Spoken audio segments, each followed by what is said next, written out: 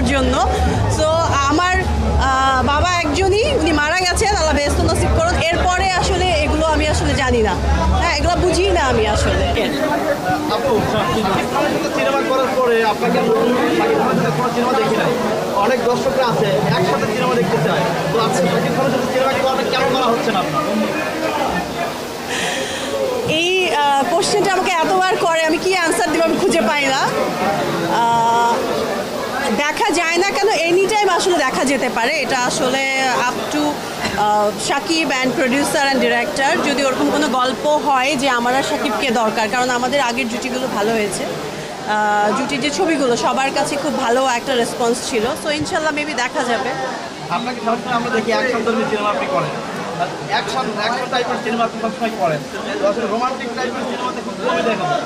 Romantic টাইপের cinema Shakib খানের সাথে দেখতে চায়, আপনার ভিডিও ছাড়ার সাথে কমেন্টের বন্যা বয়ে যায়।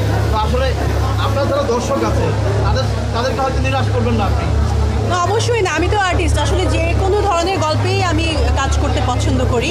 আর অ্যাকশন ধর্মী ছবিতে অনেকে আমাকে খুব পছন্দ করেছে, আবার রোমান্টিক ছবি যে আমি করি নাই সেটা না। শাকিব আর আমার রাজত্ব খুব রোমান্টিক একটা ছবি ছিল, নোলক রোমান্টিক ছবি ছিল, হিরো দ্য সুপারস্টার, অনেক এরকম আরও অনেকগুলো ছবি ছিল।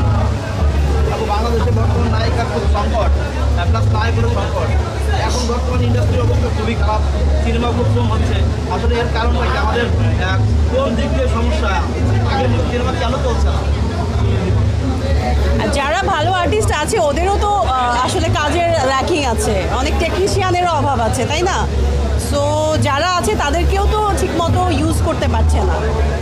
আমরা মেকআপ আর্টিস্টের কথা বলি, অনেক সময় দেখা যায় যে বাইরে থেকে আমরা মেকআপের যারা কাজ করে তাদেরকে নিয়ে আসি। আমরা বাইরের কান্ট্রি থেকে আমাদের বাংলাদেশের সিনেমা করার জন্য ভালো ভালো মেকআপম্যান ভাড়া করে নিয়ে আসি।